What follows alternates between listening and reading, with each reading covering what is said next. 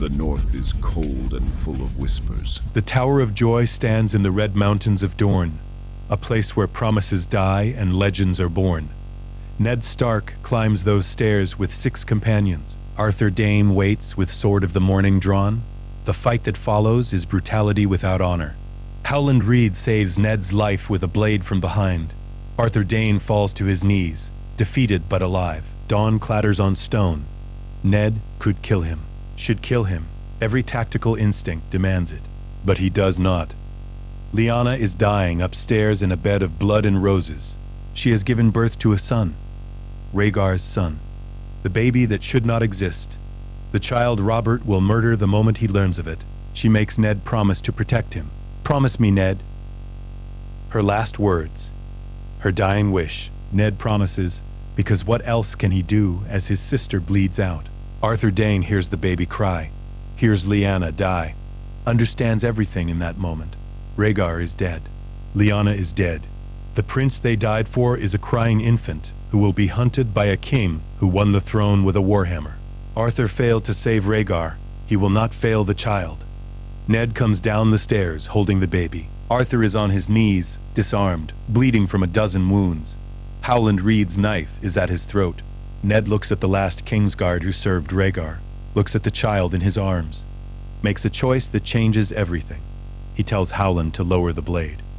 Arthur Dayne will live, but on conditions. The conversation that follows is brief and brutal. Ned cannot take this child to Winterfell. Robert will visit eventually. We'll see. We'll question. The risk is too great. Arthur cannot return to Westeros. He is Rhaegar's man. Robert's hunters will find him. But together they can solve this. Arthur takes the child into exile, raises him far from Robert's reach. Ned provides gold, provides means, provides silence. No one can know the boy exists. No one can know Arthur survived. Both must disappear completely. Arthur accepts because he has no alternative that keeps the child alive. He swears on his honor as a knight to raise the boy, to train him, to keep him safe, to tell him the truth when he is old enough, to prepare him for a destiny neither man can predict.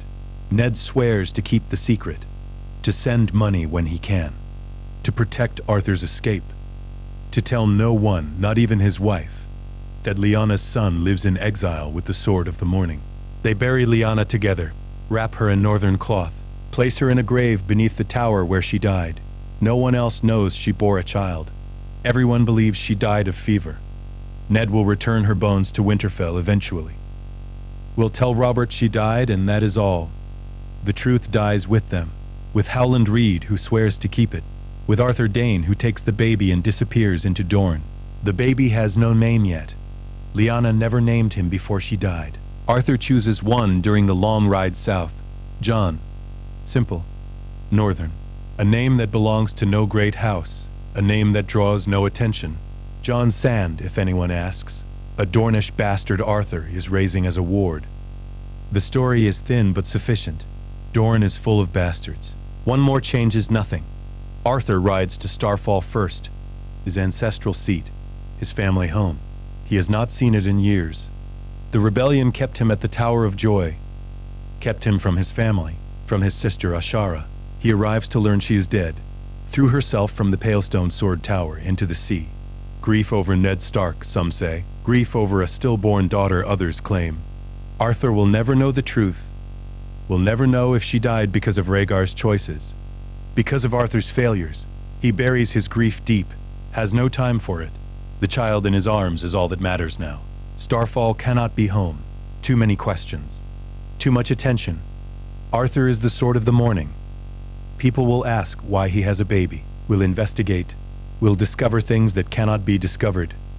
He stays only long enough to gather supplies, to see his brother and tell him nothing, to take Dawn and what gold he can carry. Then he leaves Dorne entirely, crosses the narrow sea to Essos, where Robert's spies are fewer.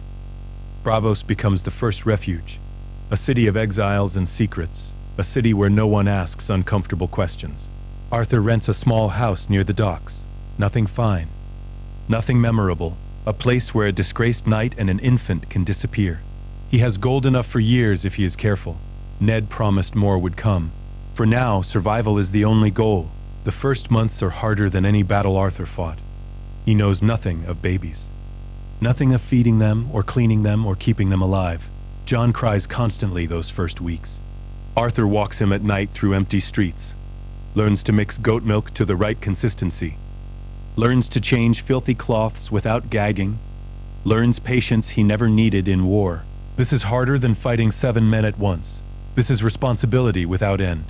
Jon survives the infant months through Arthur's stubborn refusal to fail, grows into a toddler, begins to walk, to talk, to become a person rather than a burden.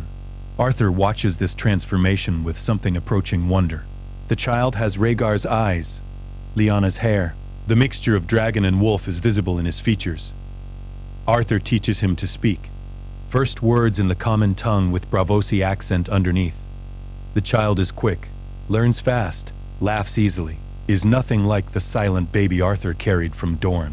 By Jon's 3rd year, Arthur begins teaching him what a Kingsguard knows, not combat yet. The child is too young, but discipline, routine, control. Jon wakes before dawn because Arthur wakes before dawn. Jon trains his body through play that builds strength. Jon learns that complaints are weakness, that pain is temporary, that duty is everything. The lessons are harsh for a child so young. But Arthur knows no other way. This boy is Rhaegar's son, must be worthy of that blood. Money arrives from Westeros in irregular intervals. A merchant ship from White Harbor carrying sealed boxes. Inside, gold coins and no message. Ned keeping his promise. Arthur uses it carefully. Buys Jon proper food, proper clothes, books when the boy is old enough. Hires tutors to teach reading and numbers. Arthur is a knight, not a scholar. Can provide swordplay, but not education. Jon needs both. The Braavosi fencing masters notice Jon when he is 7. Arthur begins taking him to watch the water dancers train. Jon is mesmerized by their speed, their precision, their philosophy that death is certain but defeat is choice. Arthur does not practice Braavosi style, but recognizes its value. Hires a water dancer to teach Jon the footwork, the speed, the economy of motion. Jon trains with wooden sword against Braavosi Bravo twice his size. Loses every time. Learns from every loss. Arthur teaches Westerosi swordcraft separately. The traditional forms, the power strikes, the shield work. Jon trains both styles simultaneously. Braavosi speed in the morning, Westerosi strength in the evening. His body does not know which to prefer. Develops hybrid instincts. Becomes something neither Braavosi nor Westerosi, but both. Arthur sees Rhaegar in these training sessions. The natural grace.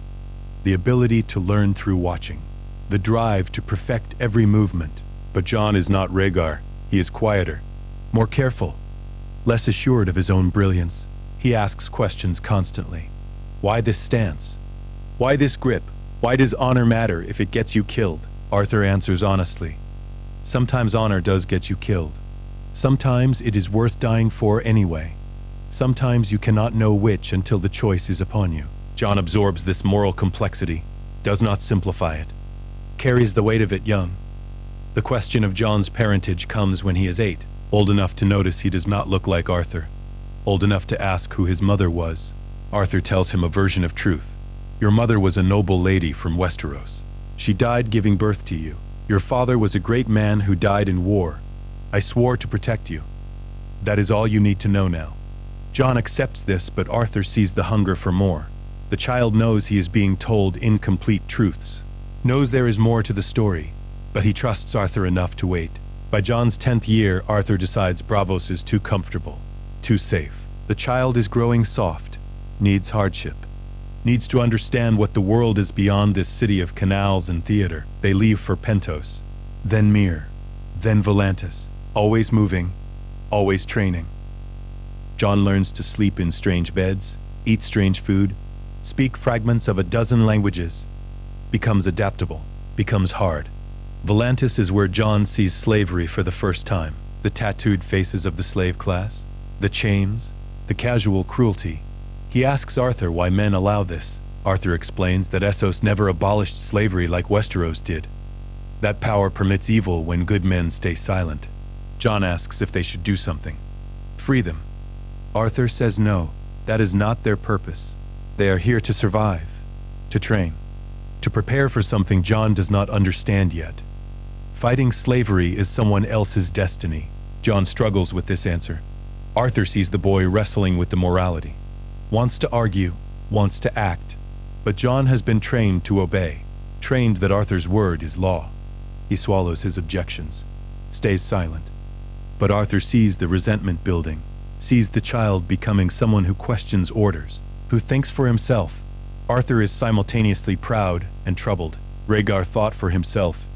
It got him killed. The years in Essos teach Jon combat but also languages and customs. He learns High Valyrian from tutors, learns Dothraki from traders, learns to move between cultures without belonging to any. He is Westerosi by blood but Essosi by upbringing, belongs nowhere completely. Arthur sees this rootlessness as protection. If Jon belongs nowhere, no one can use his loyalty against him. But it also makes the boy lonely. He has no friends, no family besides Arthur, no home except the road.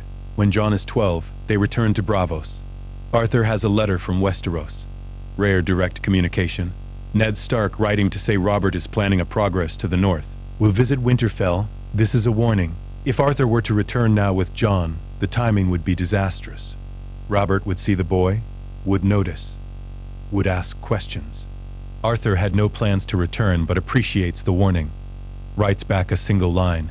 The boy is safe, trains well, looks like his father, nothing more. Jon is becoming skilled enough to spar with Arthur seriously, not win. Arthur is still the sword of the morning, still the greatest knight of the previous generation, but Jon can last minutes instead of seconds, can force Arthur to actually try. The boy fights like no one Arthur has faced. Brava sea speed with Westerosi power. Unorthodox combinations that should not work but do because Jon makes them work. Arthur tells him he would have been a great knight in another life. Jon asks what he will be in this life. Arthur says a survivor. That is enough. The conversation about Rhaegar finally comes when Jon is 14, old enough to understand, old enough to keep the secret, old enough to bear the weight. Arthur tells him everything. Who his father was, who his mother was, why they died, why Jon lives in exile, why his very existence is treason against Robert Baratheon, why he can never return to Westeros as long as Robert lives, why Arthur has spent 14 years training him for a life that may never come. Jon's reaction is not what Arthur expected. No tears, no rage, just silence. The boy sits with the information for a long time, then asks if Rhaegar was a good man. Arthur says honestly he does not know. Rhaegar was brilliant, complicated, driven by prophecy. He loved Lyanna enough to destroy a kingdom for her. Whether that makes him good or selfish or mad, Arthur cannot say. He served Rhaegar because he swore to, because the vows of the Kingsguard are absolute. But he does not ask Jon to worship his father's memory. Jon asks if he has a claim to the Iron Throne. Arthur says legally yes, practically no. He is a secret bastard raised in exile, with no army and no support. His claim is worthless unless he has power to back it. Jon seems relieved by this, says he does not want to be king, wants to live quietly. Arthur tells him wanting does not matter. He is Rhaegar's son. That mark is permanent. People will use him for it if they discover the truth, or kill him for it. Either way, his wants are irrelevant. The revelation changes Jon, makes him more serious, more withdrawn. He trains harder, speaks less, carries the weight of his blood like armor that never comes off. Arthur recognizes this. Rhaegar carried the same weight. The burden of being important when you never asked to be. Arthur tries to tell Jon it is not his fault. He did not choose his parents, did not choose this life. Jon says, but he is living it anyway. Has to live with what it means. Arthur respects this. The boy is becoming a man who understands duty. At 15, Jon is taller than Arthur. Still lean, still growing, but undeniably skilled. Can beat most sellswords they encounter. Can hold his own against Braavosi fencing masters. Is not the best fighter in Essos, but is becoming dangerous. Arthur decides it is time for real experience. Time to see combat that is not training. They join a mercenary company. The second sons need swords. Ask no questions about history. Pay in gold and experience. The first campaign is a border dispute between Myr and Lys. Meaningless politics. but real swords. Real blood. Real death. Jon kills his first man at 15, a Lyseni soldier who tried to flank their position. Jon's blade through the throat. Fast. Clean. The man died gurgling. Jon vomited after the battle. Arthur let him. Said it is good to feel that. The day killing is easy is the day you become something less than human. Jon asks if it gets easier. Arthur says yes. That is what you should fear. They fight for the Second Sons for 2 years. Dozens of small battles. Jon's skill improves exponentially. Combat teaches what training cannot. The chaos. The fear. The decisions made in heartbeats. Jon learns to control terror. To think while dying seems certain. To trust his training when instinct screams to run. He becomes a veteran while still a boy. Arthur watches this transformation with pride and sorrow. The child is gone. The warrior is being forged. At 17, Jon questions why they are fighting for causes that do not matter. Selling their swords to whichever city pays more. Arthur says it keeps them sharp, keeps them hidden. Mercenaries are anonymous. No one remembers their names or asks their history. Jon says he wants to fight for something that matters. Arthur asks what matters. Jon says he does not know yet. But not this. Not killing for gold in disputes that mean nothing. Arthur agrees they can leave. They have gold enough, experience enough. Time to decide what comes next. They return to Braavos again. Arthur is aging now. Past 50. Still deadly but feeling the years. The wounds from the Tower of Joy never healed properly. He moves slower in the mornings, tires faster in training. Jon notices but says nothing. Arthur knows the boy is calculating, wondering how much longer Arthur has. Wondering what Jon will do when he is alone. Arthur wonders the same. The letter from Westeros arrives when Jon is 18. Ned Stark writing with news that changes everything. Robert Baratheon is dead, killed by a boar during a hunt. The succession is in chaos. Joffrey Baratheon sits the throne but is challenged by Stannis and Renly. The realm is fracturing into war. Ned himself is imprisoned for treason.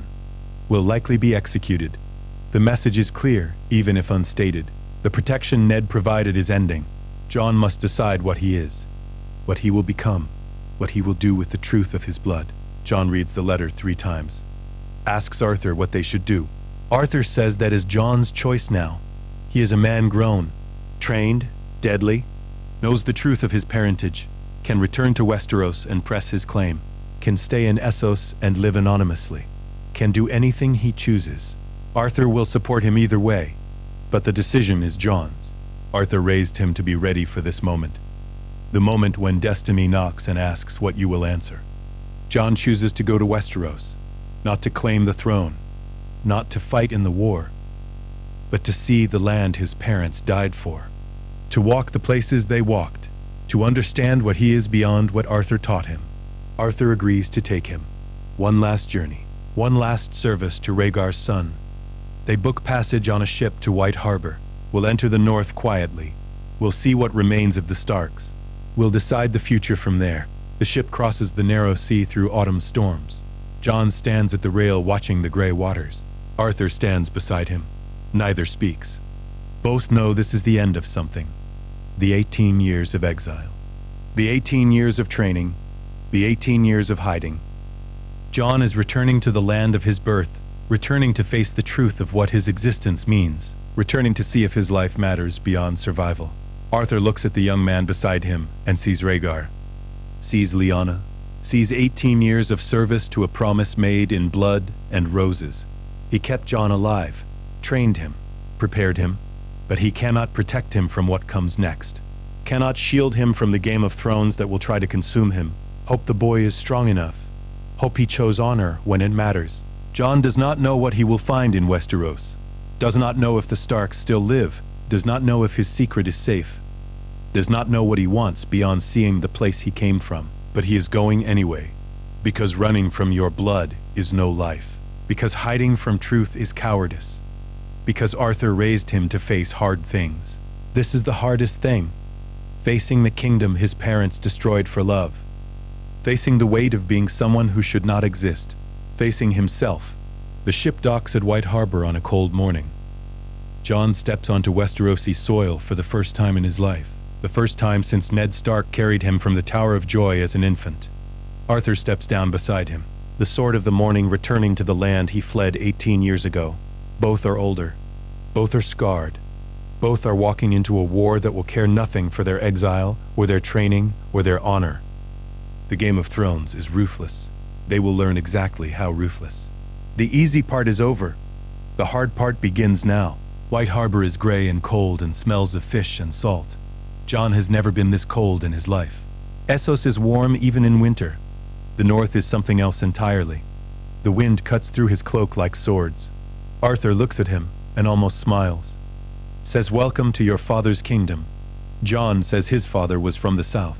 Arthur corrects him. "Your mother was northern. This is her blood's land. You will learn to bear the cold or die."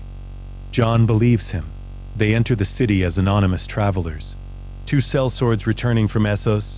Arthur uses a false name, Sir Andrew of Blackmont. Jon is Jon Stone, a bastard name meaning nothing. No one looks twice at them. White Harbor is full of travelers. The war has displaced thousands. Refugees, soldiers, spies. Two more change nothing. They find an inn near the docks. Pay for a room. Ask about news. The innkeeper is glad to talk. The north is in chaos. Ned Stark is dead, executed in King's Landing by order of King Joffrey. His head removed in front of his daughters. The north rose in rebellion immediately. Robb Stark, Ned's eldest son, was declared king in the north. The young wolf, he is fighting the Lannisters in the Riverlands, winning battles but not the war. The north bleeds for independence, for vengeance, for Ned Stark's murder. Jon listens to this and feels something break inside him. Ned Stark is dead. The man who saved him, who paid for his exile, who kept his secret. Dead because he walked into a nest of vipers in King's Landing and tried to be honorable. Arthur warned Jon this would happen, warned that honor in King's Landing is a death sentence. Ned proved it. Jon feels grief for a man he never knew, a man who was uncle by blood and savior by choice. Arthur is quiet after hearing this news. Ned was his friend briefly, the man who spared him at the Tower of Joy, the man who helped save Jon, now dead because he chose honor over sense. Arthur sees the pattern. Rhaegar chose honor and love over duty. Died. Lyanna chose love over obligation. Died. Ned chose honor over survival. Died. The lesson is clear. Honor kills. Jon is the product of honor and love and duty. All three got his parents killed. Arthur must keep him from the same fate. They discuss their options in the inn room that night. Jon wants to find the Starks, wants to meet Robb, wants to tell him who he really is. Arthur says no immediately. If Jon reveals his parentage to Robb Stark, one of two things happens. Robb accepts it, and Jon becomes a threat to Robb's claim as king in the north. Robb rejects it, and Jon is executed as an imposter.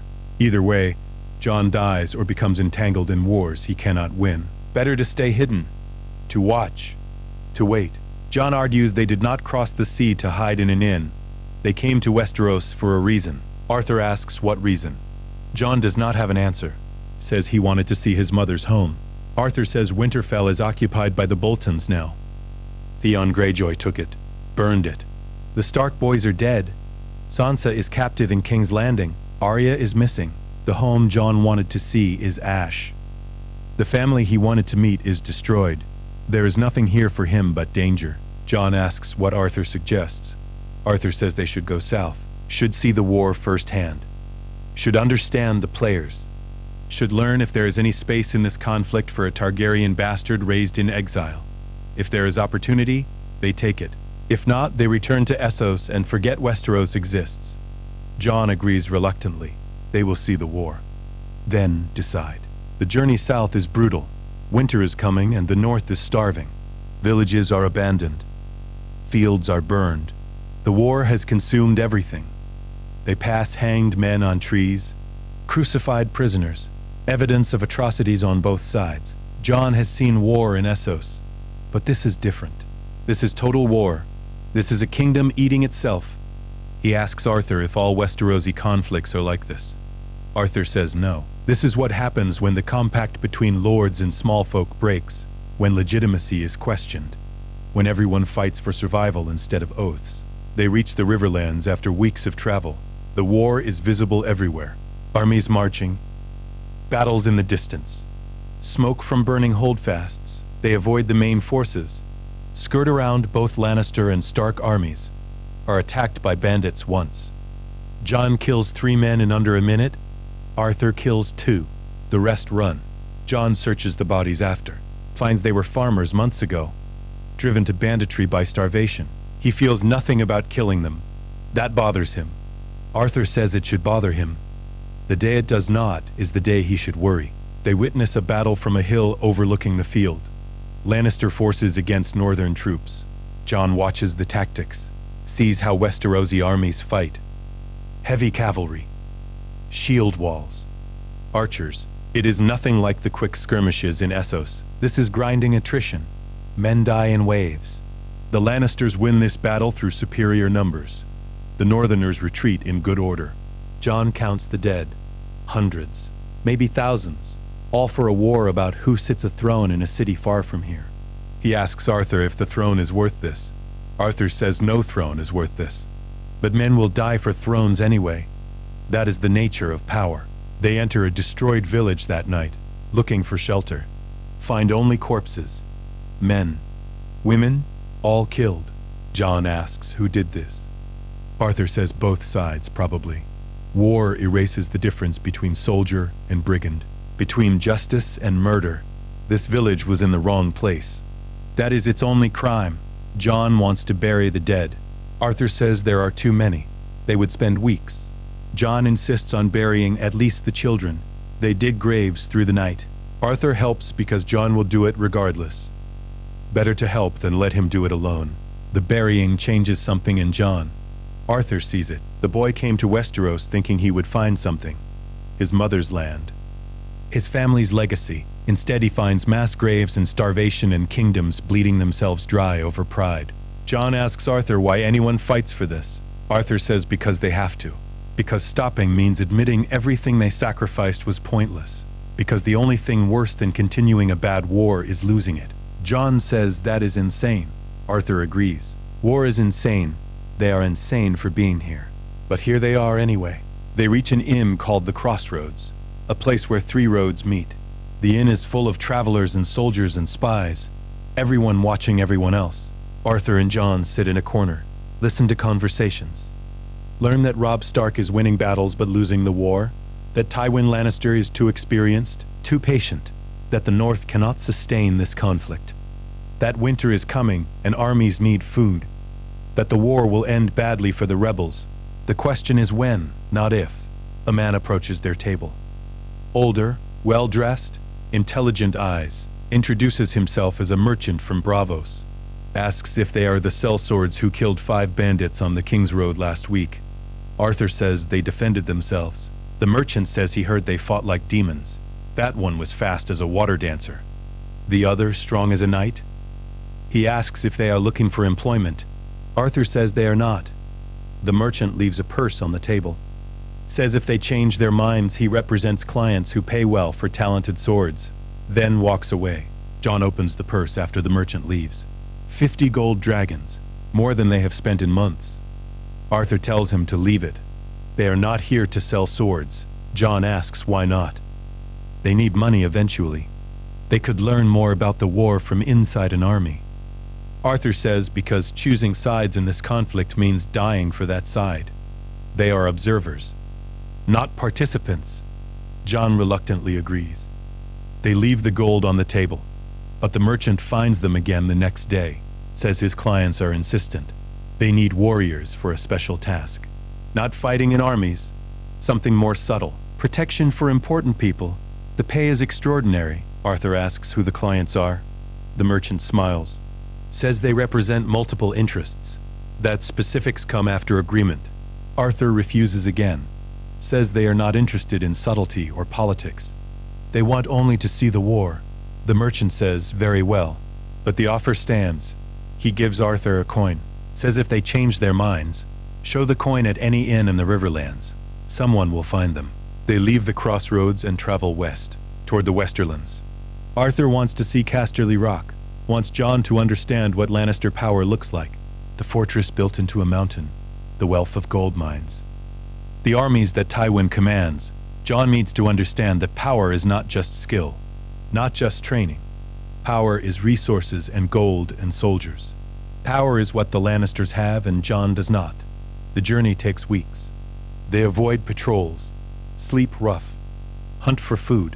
Jon is comfortable with this. Years in Essos taught him to survive on nothing, but the cold is brutal. Harder than anything in Braavos. Arthur watches him adapt, sees northern blood responding to northern cold. Jon suffers less each day, becomes acclimated. Arthur tells him this is his mother in him. Lyanna was northern to her bones. Jon is half Stark. This is his land as much as the south. They never reach Casterly Rock. A patrol finds them 2 days from the fortress. Lannister soldiers, 20 men. They surround Arthur and Jon in a clearing. The captain demands to know who they are, where they are going. Arthur says they are travelers, heading west. The captain says no one travels west without reason during war. That they are spies, will be interrogated, tortured, executed. Arthur says they have done nothing. The captain does not care. The fight is quick and brutal. Arthur kills 5 men in the opening seconds. Jon kills 3. The Lannister soldiers are competent, but not prepared for warriors of this caliber. Arthur moves like legend made flesh. Dawn sings through armor. Men die before they understand they are fighting the sword of the morning. Jon moves like water and lightning combined. Braavosi speed with Westerosi power. The hybrid style confuses opponents. They die confused. The captain tries to surrender after half his men are dead. Arthur accepts. Tells the remaining soldiers to run. Side, they run. The captain stays. Knows running means death from his own side. Asks Arthur who he is.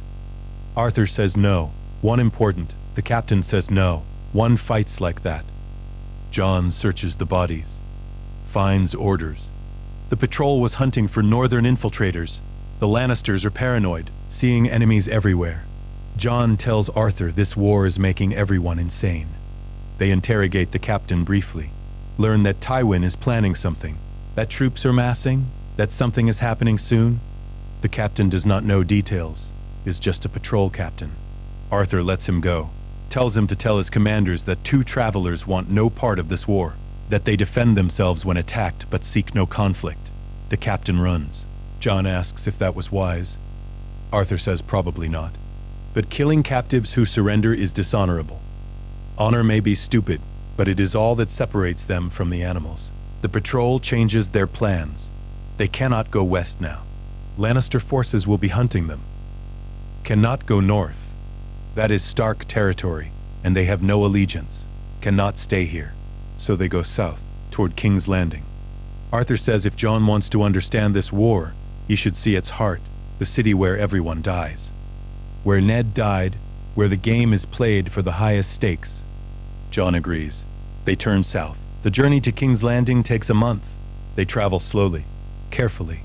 The Crown lands are full of soldiers and bandits and refugees. They pass through burned villages, see hanged men wearing both Lannister and Stark colors, see evidence of Gregor Clegane's depredations. The mountain has been raiding the riverlands, burning everything. Arthur tells Jon this is what happens when you unleash mad dogs. Tywin uses Clegane because Clegane does things Tywin wants done but cannot order directly. Jon asks if Tywin is evil. Arthur says Tywin is practical, which is often worse than evil. They reach King's Landing during a tense autumn. The city is preparing for siege. Stannis Baratheon's fleet is coming. The whole city knows it. Soldiers man the walls. Wildfire is being produced in huge quantities. The small folk are terrified. Jon and Arthur enter as refugees. Just 2 more displaced people seeking shelter. They find a room in Flea Bottom, the cheapest part of the city, surrounded by filth and poverty and desperation. Jon has never seen poverty like this. Braavos had poor quarters, but nothing like Flea Bottom. The starvation, the disease, the children dying in alleys. He asks Arthur how the Crown allows this. Arthur says the Crown does not care. These people do not matter to kings and queens. They are resources, not people. Jon says this is wrong. Arthur says yes. What will Jon do about it? Jon has no answer. The Battle of the Blackwater happens days after they arrive. Stannis' fleet attacks. The city's defenders respond with wildfire. The Blackwater burns green. Thousands die in the flames. Jon and Arthur watch from the walls. See ships explode. See men burning. See chaos and slaughter. The battle rages for hours. Stannis nearly wins. Nearly breaks the walls. Then Tywin Lannister arrives with the Tyrell army. The combined force crushes Stannis. He retreats to Dragonstone. The Lannisters win. The aftermath is celebration in the Red Keep, misery in Fleabottom. Jon sees the disconnect. The nobles feast while the small folk starve. The war continues while people die in the streets. He tells Arthur he wants to leave this city. Arthur agrees. There is nothing for them here. They have seen the war, seen the throne, seen what people kill for.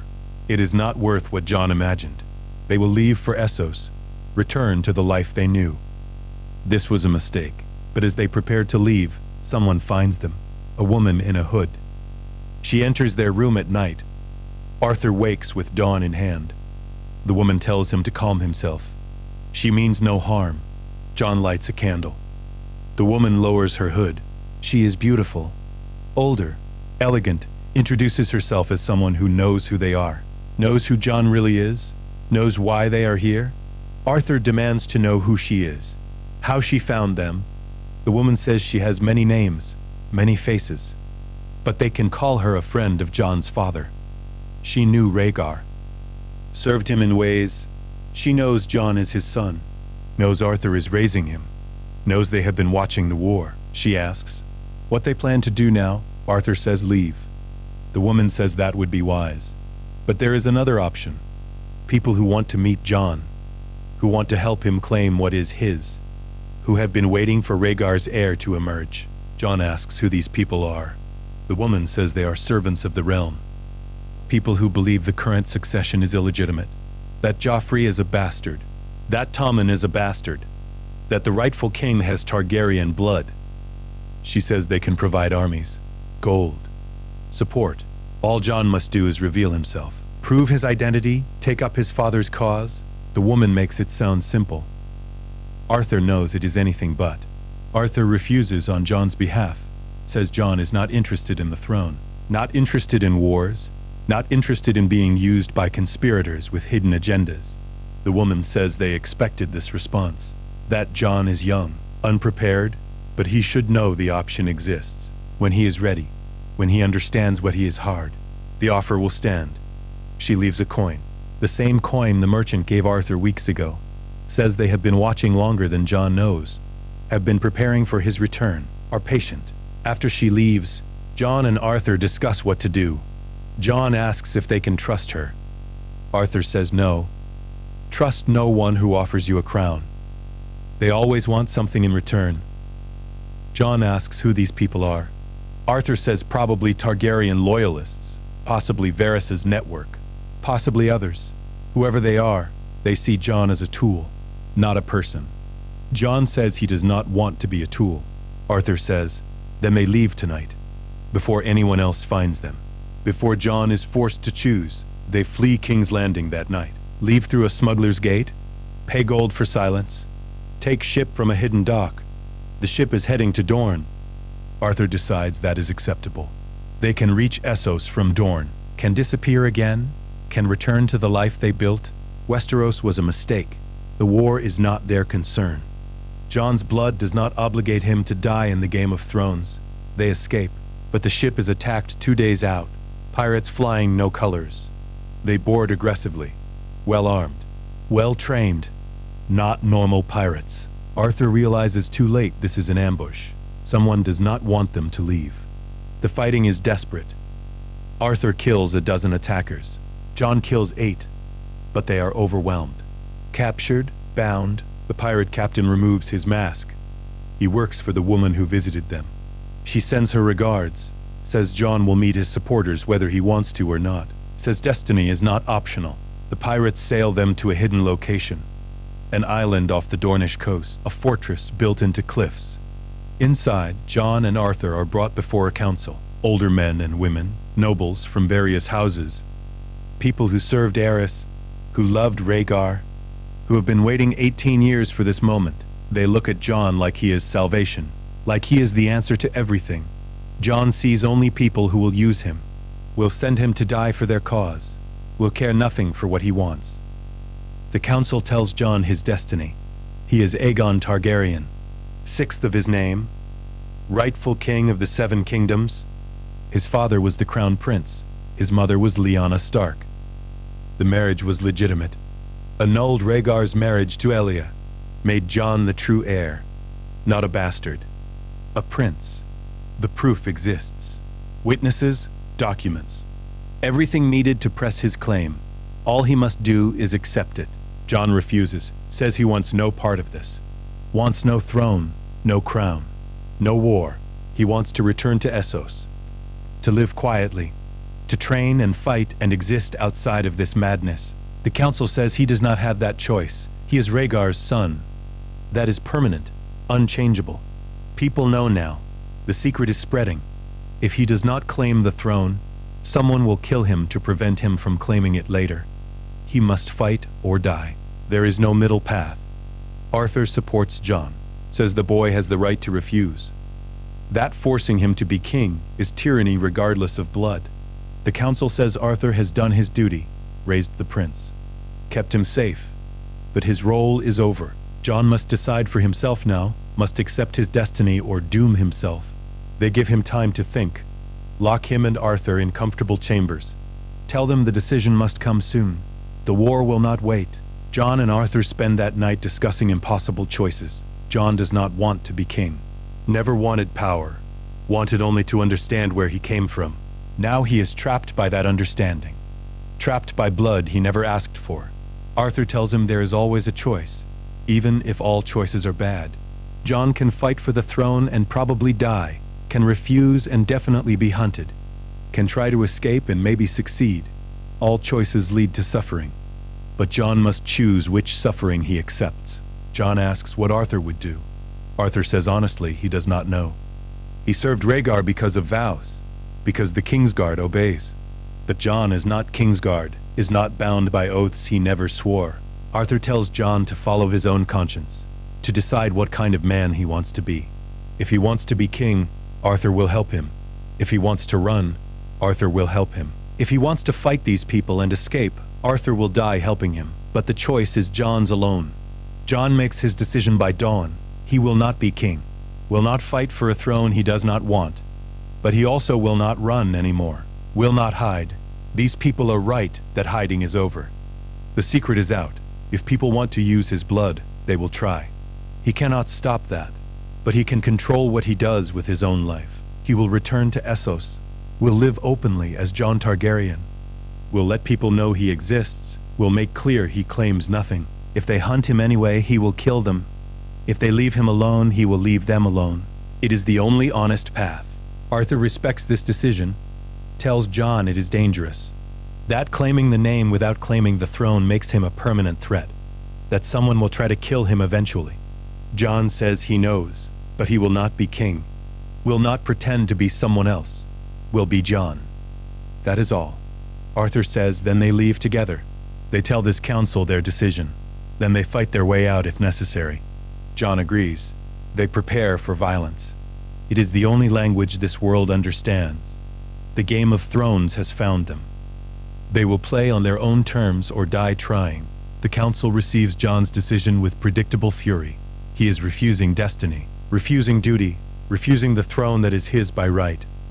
The nobles argue he is betraying his father's memory, betraying the loyalists who have waited 18 years, betraying the realm that needs a rightful king. Jon listens to all of this without expression, then tells them he never asked for their loyalty, never asked them to wait, never asked to be born. His father made choices that destroyed thousands of lives. Jon will not continue that pattern. Lord Connington, who leads this council, is particularly enraged. He loved Rhaegar, served him, lost everything when the rebellion succeeded.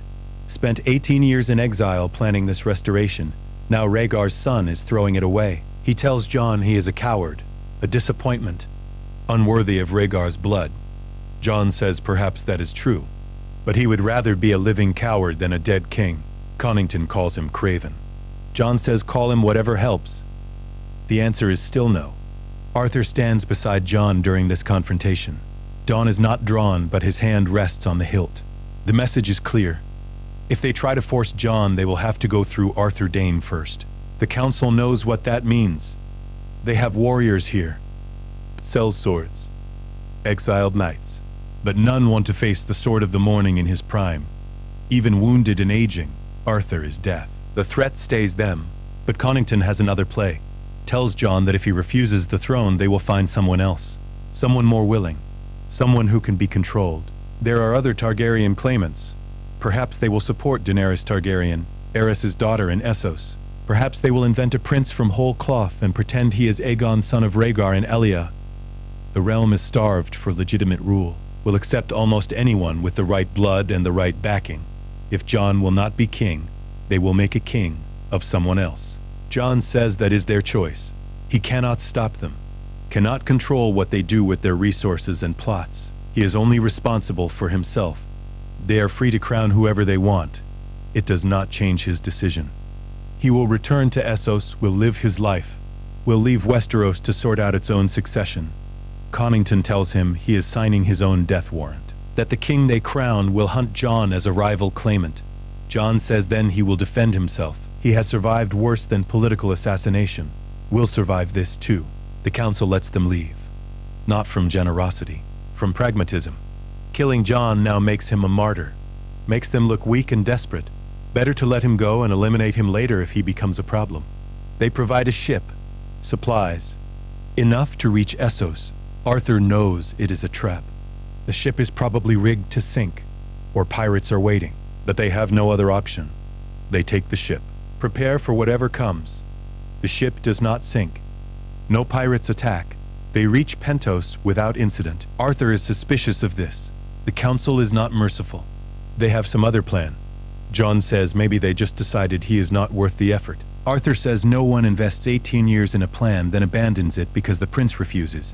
They are planning something. Jon and Arthur must be vigilant. Pentos is different than when they left. Daenerys Targaryen's name is everywhere. She liberated Slaver's Bay, has armies, has dragons, living dragons.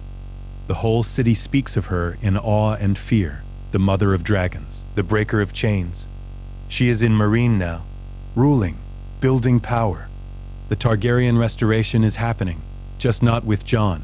Arthur watches Jon's reaction to this news. Jon seems relieved. If Daenerys is the Targaryen claimant, the pressure is off him. Someone else can bear that weight. But Varys finds them within a week. The spider who serves no master, and every master. He invites them to a private meeting. Jon wants to refuse. Arthur says they should hear what he wants, know what they are facing. They meet Varys in a secure location. The eunuch is polite, cultured, dangerous in ways that have nothing to do with swords. He congratulates Jon on surviving the council, says it took courage to refuse them, says most men would have seized the crown regardless of doubts.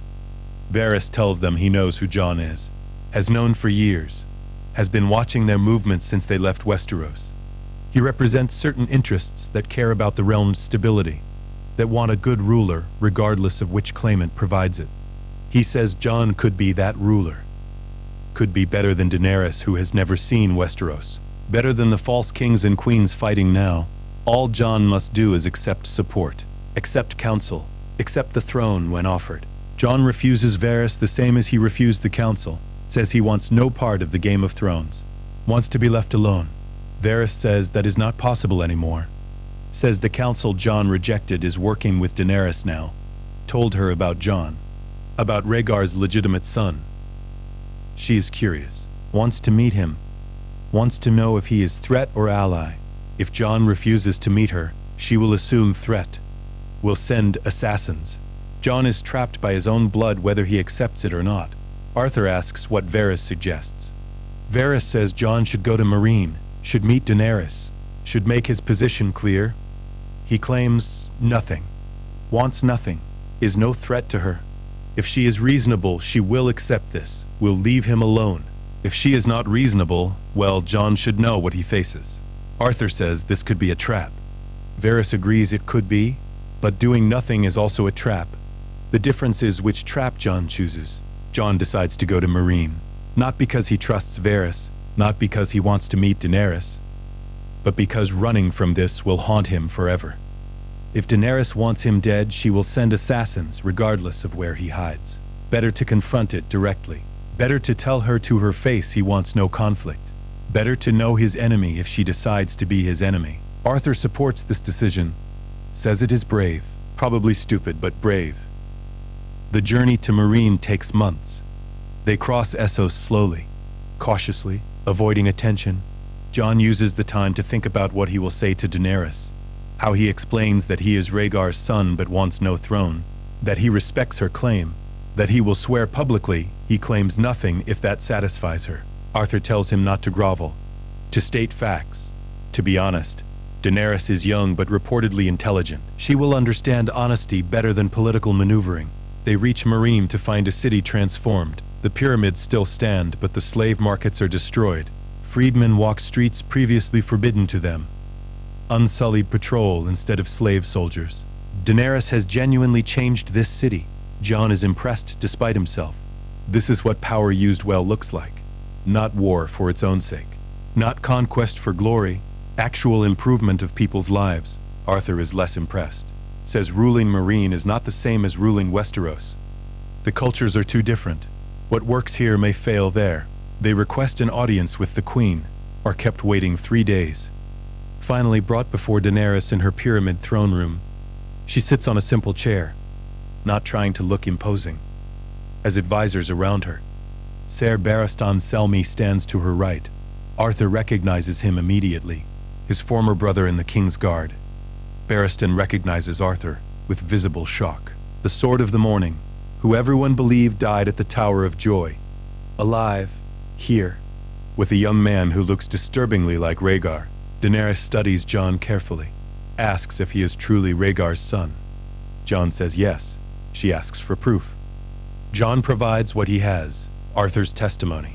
The story of the Tower of Joy. Barristan confirms Arthur's identity at least.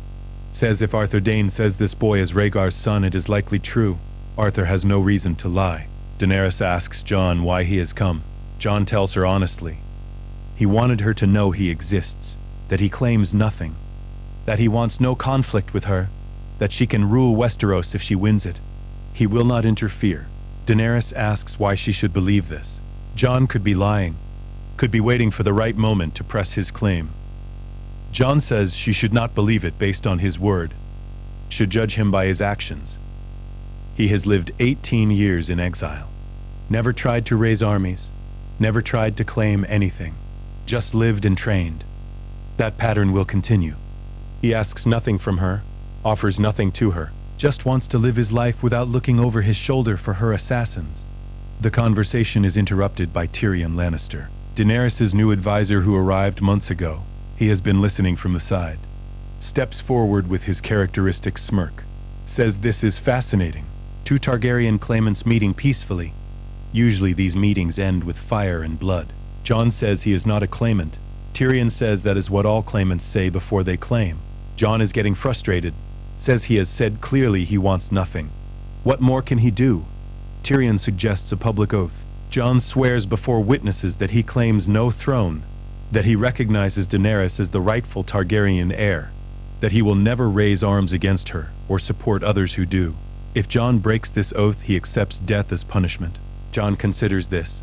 Arthur warns him that oaths are chains, that swearing away his claim permanently removes options. Jon says he wants no options. Wants this finished, wants to be free of this burden. He agrees to Tyrion's suggestion. Swears the oath before Daenerys, her court, and all witnesses. The oath is recorded, sealed, made official. Jon is legally bound now. Cannot claim the throne without breaking his word. Arthur watches this with mixed feelings. The boy is free from one trap, but is now bound by oath to someone he barely knows. Daenerys accepts the oath, says if Jon keeps his word, they will have no conflict. She will not hunt him, will not send assassins. He can live his life in peace. But if he breaks the oath, if he claims the throne or supports rivals, she will burn him herself. Jon accepts these terms. The meeting ends. They are permitted to leave. Arthur and Jon walk out of the pyramid in silence. Barristan follows them, wants to speak with Arthur privately.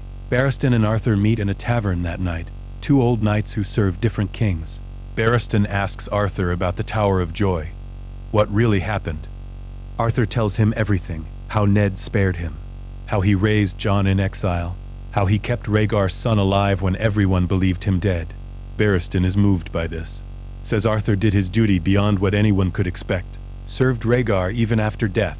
Jon is proof of that service. Arthur asks Barristan if he thinks Jon did the right thing, swearing away his claim. Barristan says honestly he does not know. The realm needs good rulers. Jon might be that, but Jon also deserves to choose his own path. There is no right answer. Barristan tells Arthur to be careful. Says Daenerys is a good person with a good heart, but she is also young and inexperienced, surrounded by people with agendas. Tyrion is brilliant but has his own demons. The Dothraki and Unsullied are loyal but brutal. Daenerys' instincts are generally good, but she can be pushed toward extremes. If Jon stays near her, if he becomes part of her inner circle, he might moderate her, might keep her from becoming her father. Arthur says Jon wants no part of courts or politics. Barristan says what Jon wants and what fate demands are rarely the same thing. Jon and Arthur leave Meereen the next morning, return to Pentos, rent a house, try to resume the life they had before Westeros. Jon trains, Arthur teaches, they take occasional mercenary work when money runs low. It is almost like the old days, except it is not. Jon has changed, become quieter, more thoughtful. The meeting with Daenerys affected him. He saw what Targaryen power looks like, saw what he could be if he chose. The temptation is there even if he denies it. Arthur sees this change and worries. The boy tasted relevance, tasted mattering beyond his own survival. That taste is dangerous. Like wine for someone raised to avoid it, Jon might become addicted to the feeling, might start to think he should be involved, should use his blood for something. Arthur tries to distract him, keeps training intense, keeps them moving, keeps Jon focused on the present instead of hypotheticals. But news from Westeros is impossible to avoid. Robb Stark is dead, murdered at the Red Wedding along with his mother and most of his army. The North is broken. The Starks are destroyed. The Boltons rule Winterfell. The Freys rule the Riverlands. The Lannisters have won the War of the Five Kings. Jon absorbs this news in silence. His family. The Starks he never met but are his mother's family. Slaughtered. The North his mother loved. Conquered. He says nothing, but Arthur sees the rage building. More news follows. Joffrey is dead. Poisoned at his own wedding. Tommen is king now. Cersei rules as regent. Tyrion was accused of the murder. Escaped to Essos. Is now serving Daenerys as her hand. The players are shifting. The game continues. Jon tells Arthur he wants to go back to Westeros. Arthur asks why. Jon says the Starks are his blood, his mother's family. They have been destroyed. Someone should remember them, should honor them, should make the people who killed them pay. Arthur warns this is a trap, that vengeance will consume him. Jon says he does not care. He has been running from his blood his whole life. Maybe it is time to embrace it. Arthur asks if Jon plans to claim the throne. Jon says no. The oath to Daenerys stands. He will not break it, but he can fight for his mother's family, can help restore the Starks, can make the Boltons and Freys pay for the Red Wedding. That does not violate his oath. Daenerys has no stake in the North's internal politics. She will not care if Jon fights there. Arthur says she might care very much, might see it as Jon building a power base, building support for a future claim. Jon says then they will deal with that when it happens. For now, he is going to the North. Arthur can come or stay, but Jon is going. Arthur chooses to go. Has spent 18 years protecting this boy, will not abandon him now when he needs protection most. They book passage to White Harbor again. Return to the cold and gray. Return to the North that is now occupied by those who betrayed it. Return to help people who do not know Jon exists, do not know Lyanna's son lives, do not know a Stark Targaryen hybrid is coming to fight for them. They arrive to a North in despair. Winterfell is held by Ramsay Bolton, Roose's bastard and a monster by all accounts. The Starks are believed dead. Sansa is married to Tyrion Lannister in King's Landing. Arya is missing. Bran and Rickon were killed by Theon. The dire wolf is broken. The North kneels to the Boltons because it has no choice. Jon sees this and his rage solidifies into purpose. He will not let this stand, will not let his mother's family be erased, will not let monsters rule the land she loved. But he is one man. Arthur is one knight. They cannot fight the Boltons alone. They need allies. Need the northern lords who secretly hate Bolton rule. Need to convince them that resistance is possible. Jon has no proof of his identity, no way to convince lords he is Lyanna's son. He needs someone who knew Lyanna, someone who can confirm his story. Howland Reed, the only survivor of the Tower of Joy besides Ned and Arthur. They travel to Greywater Watch, the moving castle of House Reed in the Neck. It takes weeks to find it. The castle deliberately stays hidden, but Arthur knows the general area, knows how to signal the Cranogmen. Eventually they are found by Reed's scouts, brought before Howland Reed, the small man who saved Ned's life, who kept the secret all these years. Howland sees Arthur and Jon and understands immediately. Lyanna's son, alive, raised by Arthur Dayne. He weeps openly, says he thought the boy died, thought Ned took him to Winterfell and he was killed with the other Stark children. Learning Jon survived is a miracle. Howland asks what Jon needs. Jon says he needs proof of identity, needs Howland to confirm to the Northern Lords that he is Lyanna's son, that he is here to fight for the Starks, that he is not claiming the throne, just claiming the right to avenge his mother's family. Howland agrees to help, sends messages to Northern Lords he trusts, lords who hate the Boltons, lords who remember the Starks with love, lords who might fight if they believe there is hope. Slowly, carefully, a resistance forms. The Northern Lords meet Jon in secret. Howland confirms his identity. Arthur's presence lends credibility. Jon looks like Rhaegar, which some lords remember. The evidence is sufficient. They accept him as Lyanna's son, but accepting identity is not the same as following. Jon is a Targaryen. The North fought a war to remove the Targaryens. Why should they follow one now? Jon tells them he is not asking them to follow, is asking them to fight for themselves. For the Starks, he will fight beside them, will use his skills and Arthur's to help. But this is their rebellion, their justice. He is just a tool they can use or discard as they see fit. Lord Manderley of White Harbor is the first to commit. His son was murdered at the Red Wedding. He wants Bolton blood. Other lords follow, the mountain clans.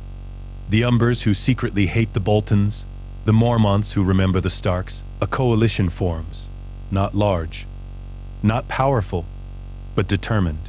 They plan an uprising, a coordinated strike against Bolton holdings. Jon and Arthur will lead part of it, will prove themselves in battle, will earn the right to fight for the North through deeds, not blood. The uprising begins in winter, harsh winter when travel is difficult, when the Boltons are isolated in their holdfasts. The northern forces strike simultaneously across the region.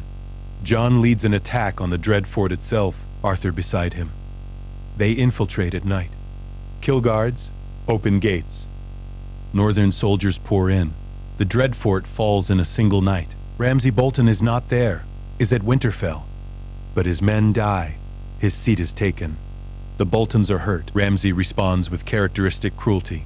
Flays captured northern soldiers, sends their skins to the rebel lords, threatens worse if they do not surrender. The northern lords are terrified but determined. Jon tells them terror only works if you let it. If you refuse to be afraid, the terror loses power. They fight on. More Bolton holdings fall. The north is rising. Slowly, painfully, but rising. The Battle of Winterfell is brutal and desperate. Jon leads the northern forces against Ramsay's army. Arthur fights beside him. The Bolton forces are larger, better equipped, but the northern forces fight for justice and revenge. Fight with fury the Boltons cannot match. Jon and Arthur are everywhere on the battlefield. Jon's hybrid fighting style confuses Bolton soldiers. Arthur cuts through their lines like legend reborn. The battle is chaos, is slaughter, is desperate and close and could go either way. Then the Knights of the Vale arrive. Littlefinger and Sansa Stark have been negotiating. She escaped King's Landing, escaped Ramsay's marriage, brought the Vale's forces to save the North. The fresh troops turn the tide. The Boltons break, run, are slaughtered as they flee. Ramsay retreats to Winterfell itself, is besieged, surrenders when he realizes he cannot win. Jon wants to give him a trial. Sansa wants him dead immediately. The Northern Lords support Sansa. Ramsay is executed, flayed as he flayed others. Jon turns away from this. Cannot watch. Arthur tells him this is Northern justice, harsh but earned. Sansa sees Jon after the battle, sees a young man who looks like her Aunt Lyanna in paintings. Howland Reed confirms his identity. Sansa is shocked. Lyanna's son, her cousin, alive. She embraces him, thanks him for fighting for their family, for helping retake Winterfell. Jon says he could not let the Boltons keep it. This is his mother's home. Sansa asks what he wants now. Jon says he wants nothing. Just to know the Starks are restored. Sansa says the North will want to reward him, want to make him a lord, want to honor him. Jon says he needs no honors, just wants the North to be safe. Then he will leave, will return to Essos, will go back to his life. But the North has other ideas. The Northern Lords declare Jon Snow the king in the North, Lyanna's son, the White Wolf, the warrior who helped free them. They will not let him leave, will not let him refuse. He is half Stark. That is enough. They need a king, and he has proven himself worthy. Jon tries to refuse, tries to explain he is sworn to Daenerys, cannot claim kingship. The Lords say the North is independent, not part of the Seven Kingdoms. Jon would be king in the North, not king of the Seven Kingdoms. It does not violate his oath to Daenerys. Jon is trapped. The crown he never wanted is forced on him anyway. Arthur watches this with grim amusement. Jon spent his whole life running from crowns. Now he has one anyway, forced on him by people who will not accept his refusal. Jon looks at Arthur desperately, asks what he should do. Arthur says the choice is still his. He can refuse and leave. The North cannot force him to stay. But refusing means abandoning these people who fought for him, who believe in him, who need leadership. It is Jon's choice. As always, Arthur will support whatever he decides. Jon accepts the crown, not because he wants it, because he cannot abandon the North, cannot leave them without leadership after everything they sacrificed. He will be king in the North, will rule until someone better emerges, will try to be worthy of their faith. Arthur is named his Lord Commander, his first advisor, his protector.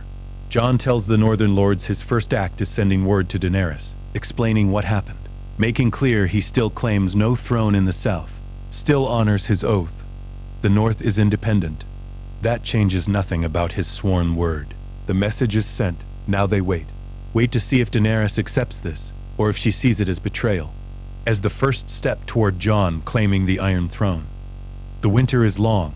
The wait is longer. Jon rules the North carefully, justly, trying to repair the damage from years of war, trying to prepare for the threats he knows are coming, the White Walkers, the dead, the real enemy that no one believes exists.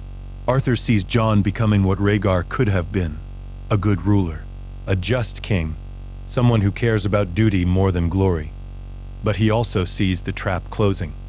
Jon has power now, has a crown, has people who follow him, all the things that make him dangerous to anyone else who wants the Iron Throne. Daenerys will notice, will have to respond.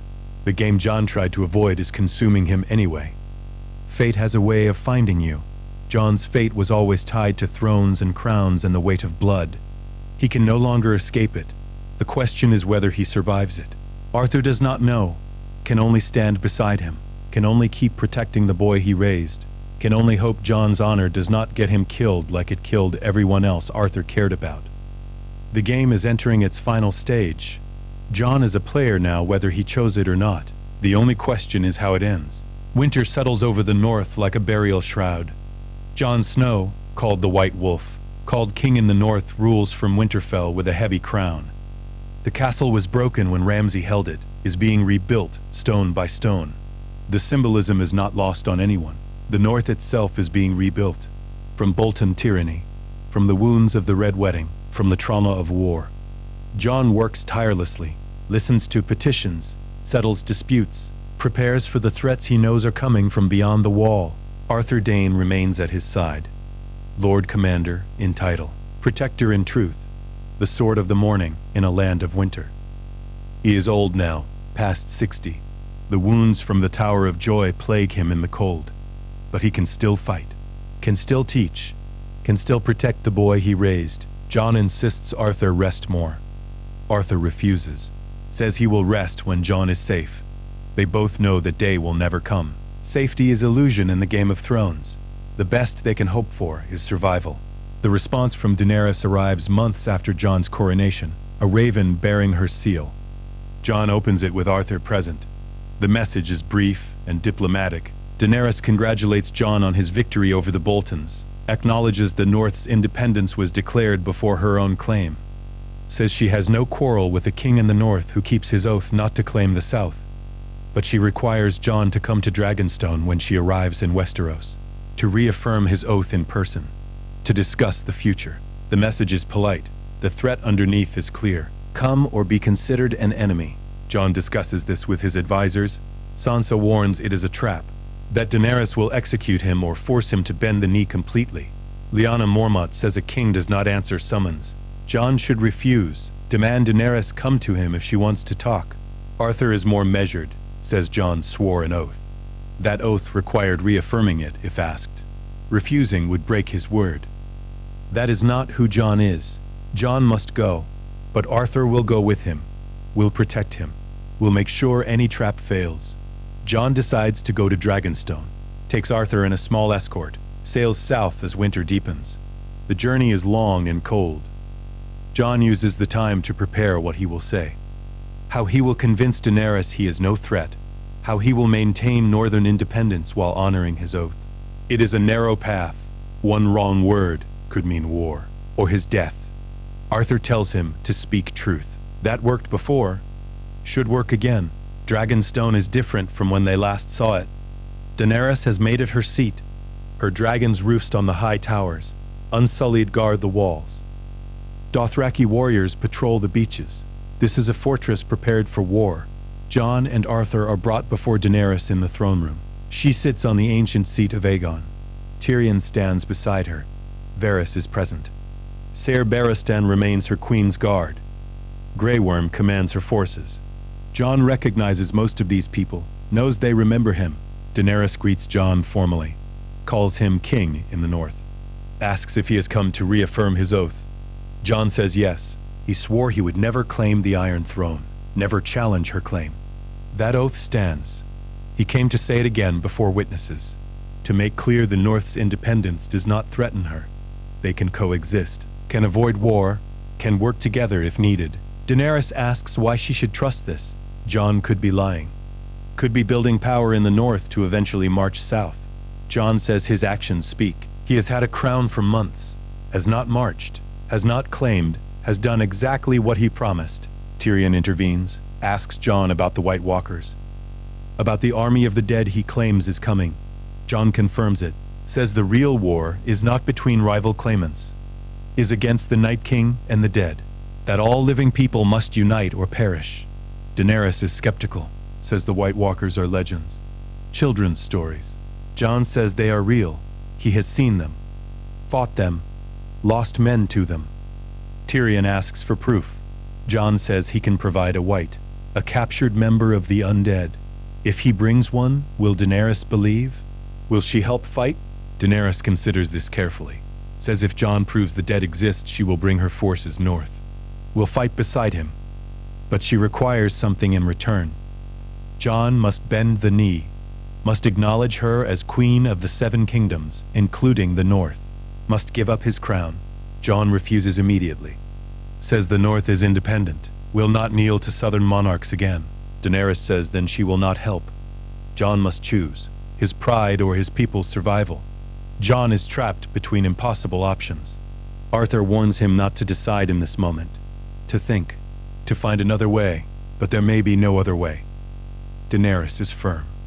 Jon can have her armies and dragons, can have her support against the dead, but only if he submits, only if he acknowledges her rule. It is the price of her help. Jon struggles with this. The North declared him king to be free, to never kneel again. How can he give that away? But the dead are coming. Without dragons, without her armies, the North will fall, everyone will die, his pride will kill thousands. Is that acceptable? Arthur takes Jon aside, tells him to think carefully about what kneeling means. It is not just personal humiliation. It is betraying everyone who made him king, betraying the North's independence, betraying his mother's memory. Lyanna died to keep him from southern kings. Now he will kneel to one? Arthur understands the necessity, understands the dead are real threats. But this price is too high. There must be another way. Jon returns to Daenerys with a different proposal. He will go beyond the wall, will capture a white, will prove the dead exist. If she sees the proof and still refuses to help without him kneeling, then he will consider it. But she must see the threat first, must understand what they face, then decide if her pride is worth letting everyone die. Daenerys agrees to this. She will wait for proof. Jon has one chance to convince her.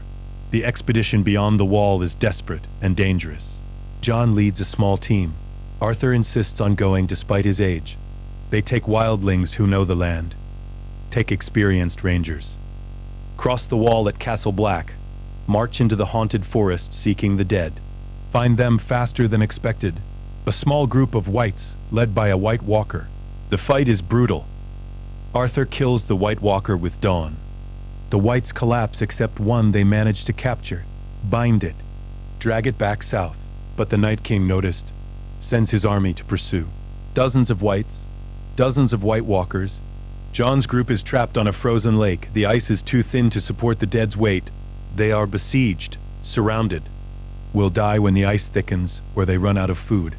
Jon sends a raven to Daenerys, begs for help, says if she wants proof, come north. See the dead army yourself. Save us, and you will see what threatens the realm. Daenerys receives the message. Tyrion advises caution. This could be a trap. The White Walkers might not exist. Jon might be luring her into an ambush. But Daenerys sees something in the message. Desperation. Truth. She decides to trust her instincts. Flies north on Drogon. Her other dragons follow. They arrive to find Jon's group surrounded by thousands of whites. The dead army is real, undeniable, terrifying. Daenerys burns them by the thousands. The dragons incinerate the dead, rescue Jon and his companions, prove that dragons are the only weapons that truly matter against this threat. But the Night King is there, waiting for this moment. Throws an ice spear with impossible strength, pierces Viserion's neck. The dragon falls from the sky, crashes into the ice. Dies in front of Daenerys, she screams. Jon sees her grief, sees her loss, sees what this cost her. The Night King claims Viserion's corpse. We'll turn him. We'll have an undead dragon. The living retreat on Drogon. Escape, barely. Leave the dead with a prize that changes everything. On the flight south, Jon and Daenerys talk for the first time as equals. Both have seen death. Both have lost people they loved. Both understand the real war now. Daenerys apologizes for doubting him. Says she will help fight the dead. Will bring everything she has. Jon thanks her. Says the realm needs her. Needs her dragons. Needs her armies. They can win this together. Daenerys asks if he will kneel.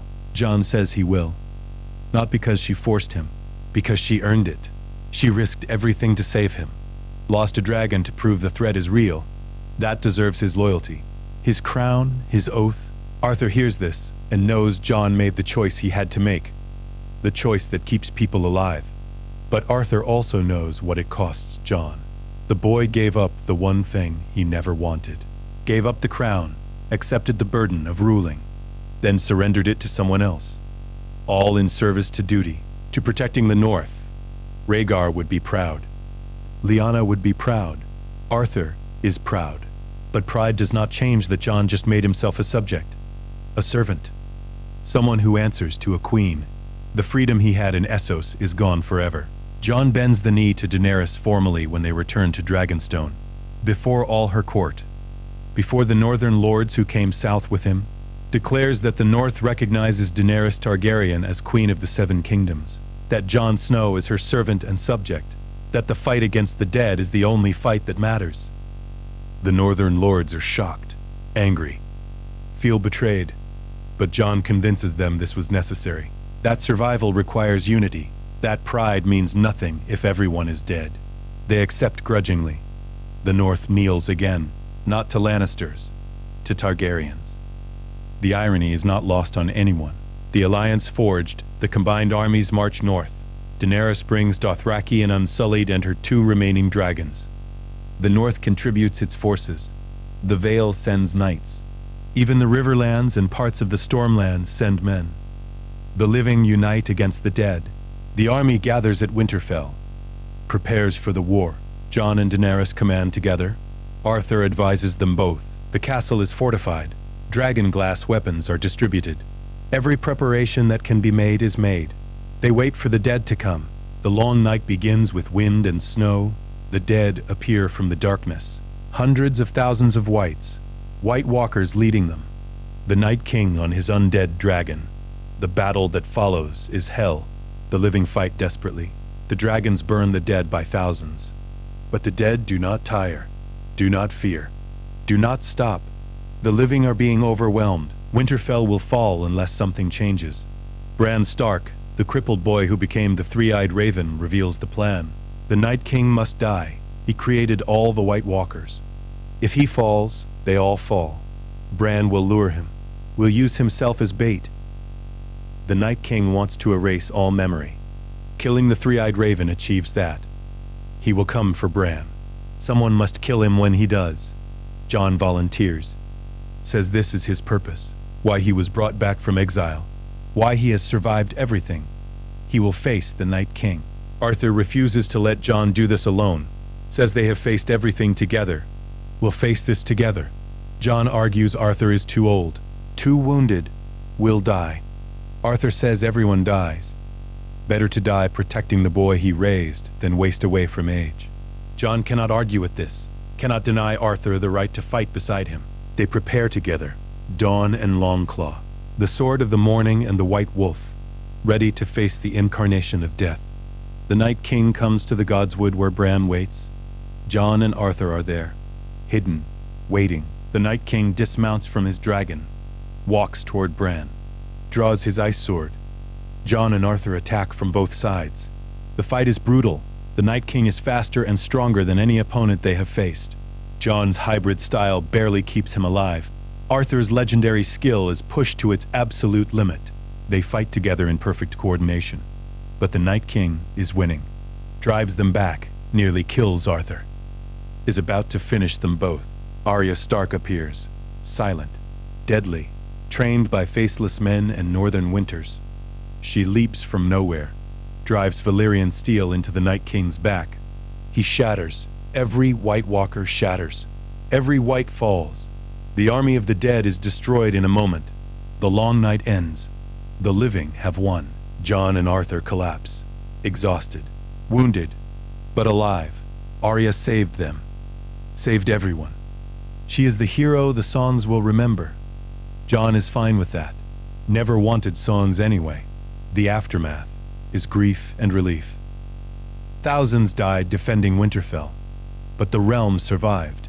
The dead are gone. Jon honors the fallen, burns the bodies personally, says words over them, tries to give meaning to their sacrifice. Daenerys watches this, sees how much Jon cares about people, how much he takes their deaths personally. She is drawn to him, not just politically, personally. They have been fighting together, surviving together. Something is growing between them. Tyrion discovers the truth about Jon's parentage, confronts him with it. Says Jon is not just Rhaegar's son. He is legitimate. Rhaegar annulled his marriage to Elia, married Lyanna in secret. Jon is Aegon Targaryen, 6th of his name, the rightful heir to the Iron Throne, has a better claim than Daenerys.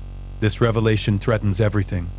Jon never wanted it known, swore people to secrecy, but secrets always spread. The truth is emerging. Daenerys learns the truth from Tyrion, confronts Jon, asks if he knew.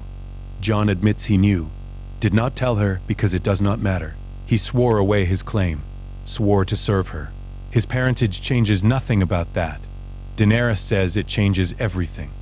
The lords will support him over her, will see a male heir as more legitimate, will undermine her the moment they know. Jon says he will never claim the throne, will publicly support her claim, will do whatever needed to prevent this from dividing them. Daenerys wants to believe him, but fear and insecurity gnaw at her. She has wanted the throne her entire life. Now someone with a better claim exists. Someone people love, someone who could take everything from her. The tension between Jon and Daenerys grows as they march south. The final target is King's Landing. Cersei still holds it, still refuses to surrender despite the dead being defeated, still believes she can win. Daenerys wants to burn the city. Jon argues for mercy, for a siege, for giving civilians a chance to flee.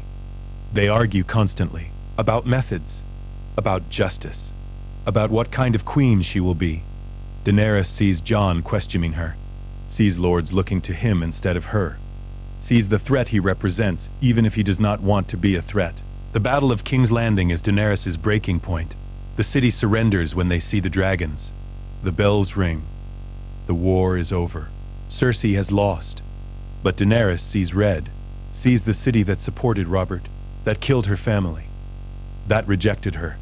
She burns it anyway, burns street after street, kills thousands of innocents, becomes the Mad Queen. Jon watches in horror, tries to stop her, cannot reach her. She is lost to rage and grief and the weight of everything she suffered. After the burning, Daenerys justifies it, says it was necessary, that they would never accept her. That fear was the only option. Jon sees she has become her father, has become what she swore never to become.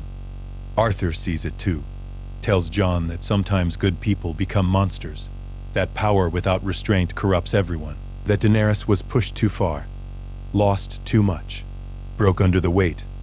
Jon asks what they should do. Arthur says Jon must decide, is he her servant? Or is he something more? Jon confronts Daenerys in the throne room. The Iron Throne stands above them. She is planning to continue, to burn every city that resists, to conquer the whole world, to free everyone whether they want it or not. Jon realizes she will never stop, will never be satisfied, will burn city after city until nothing remains. He asks her to stop, to show mercy, to be the queen she wanted to be. She says this is who she must be. This is what the world requires. Fire and blood. Jon realizes reason will not work, that she is beyond reach, that something must be done. Arthur watches Jon make the hardest choice, sees the boy he raised become a man, become someone who understands that sometimes love is not enough, that sometimes duty requires killing what you care about. Jon draws his sword. Daenerys does not see it coming, trusts him completely. He drives Longclaw through her heart, kills the woman he might have loved, kills the queen he swore to serve, kills the tyrant she became. She dies confused, betrayed, not understanding why. Jon holds her as she dies, weeps, becomes the queen slayer, becomes the oathbreaker, becomes what he must be to save the realm. Drogon finds them.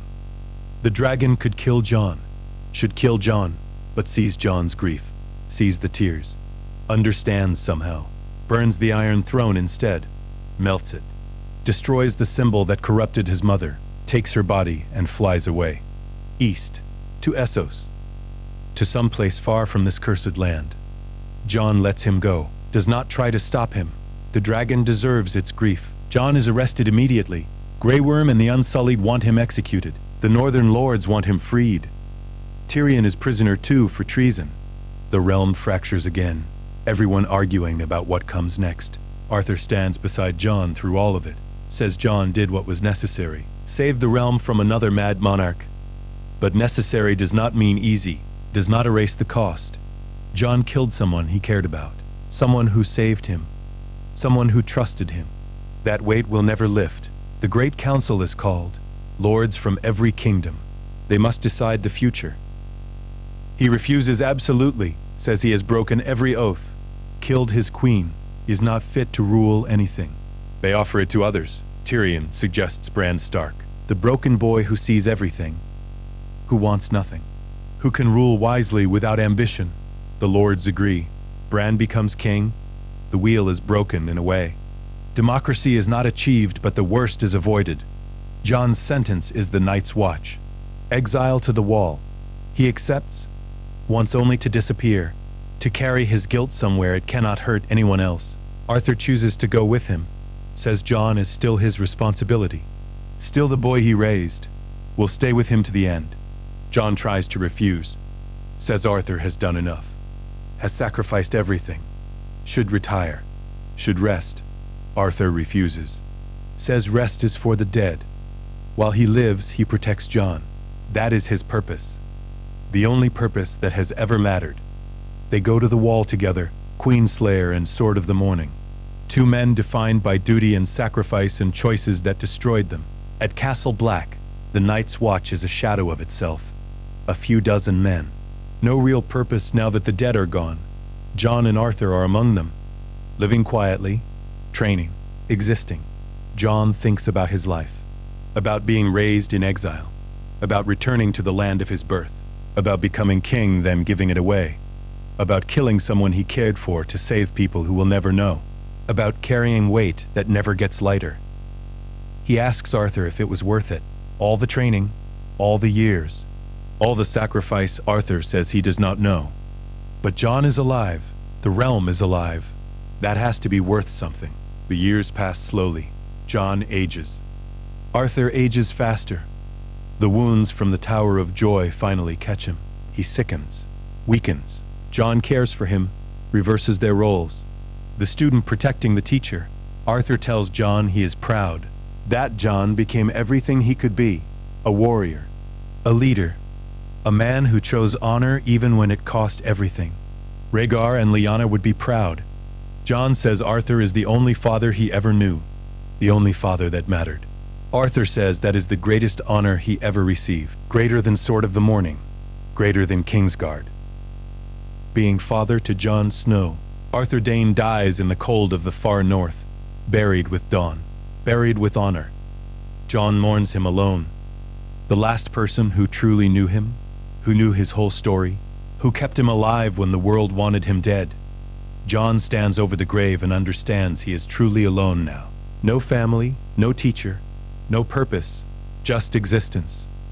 Waiting for death, carrying the weight of everything he has done. But the free folk approach him, ask him to lead them, say they need someone who understands duty, who understands sacrifice, who proved himself repeatedly.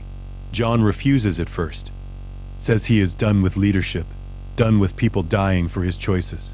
But they insist, say he already leads whether he accepts it or not, that he can lead well or refuse and watch them struggle. Jon accepts because he cannot let people suffer when he can help. Cannot refuse duty even when duty has cost him everything. Jon Snow, who was Aegon Targaryen, who is king in the north, who is Queenslayer and Oathbreaker and Savior and Monster, leads the free folk into the true north, beyond the wall, away from the Seven Kingdoms, away from the Game of Thrones, building something new, something free, something that might honor all the people who died to get him here. Arthur, Daenerys, Ned, Robb, his mother, his father, all the ghosts that haunt him. He leads them north where the cold is pure and the past cannot reach, where duty means protecting people, not killing them, where honor means keeping promises, not breaking them, where he can be Jon Snow again, not prince, not king, not legend, just a man trying to do right by people who trust him. It is not the life he wanted, not the life he trained for, but it is the life he has, the life earned through blood and sacrifice and choices that destroyed him. He lives it the best he can, honors Arthur's memory, honors everyone's memory, tries to be worthy of the second chance he should never have received. The story ends not with triumph, but with survival, with Jon Snow leading free folk into winter, with Arthur Dayne resting beneath frozen ground far from Dorne, with a realm saved by people who destroyed themselves to save it, with the understanding that sometimes the hero's reward is just getting to live with what they have done. That duty has a cost that never stops being paid. That honor means different things to different people, but always means sacrifice. That being raised by the Sword of the Morning taught Jon Snow how to fight, but living taught him what to fight for. And dying inside taught him what is worth surviving for. The wheel is broken. The Game of Thrones is over. Jon Snow lives beyond it all, scarred, alone, free. It is not the ending anyone imagined, but it is the ending they earned. Fire and ice, dragon and wolf, duty and honor, all combined in one person who wanted none of it, who tried to run from it, who was dragged back to it, who paid every price it demanded, who survived when survival seemed impossible. That is the answer to what if Arthur Dayne raised Jon Snow. He would raise a weapon, a king, a killer, a hero, a man. Someone who embodied every contradiction, who lived every tragedy, who survived what should have killed him, and who carried the weight until it became who he was. The White Wolf, the bastard, the king, the exile, all of them, none of them. Just Jon, the last of what they were, the first of what comes next.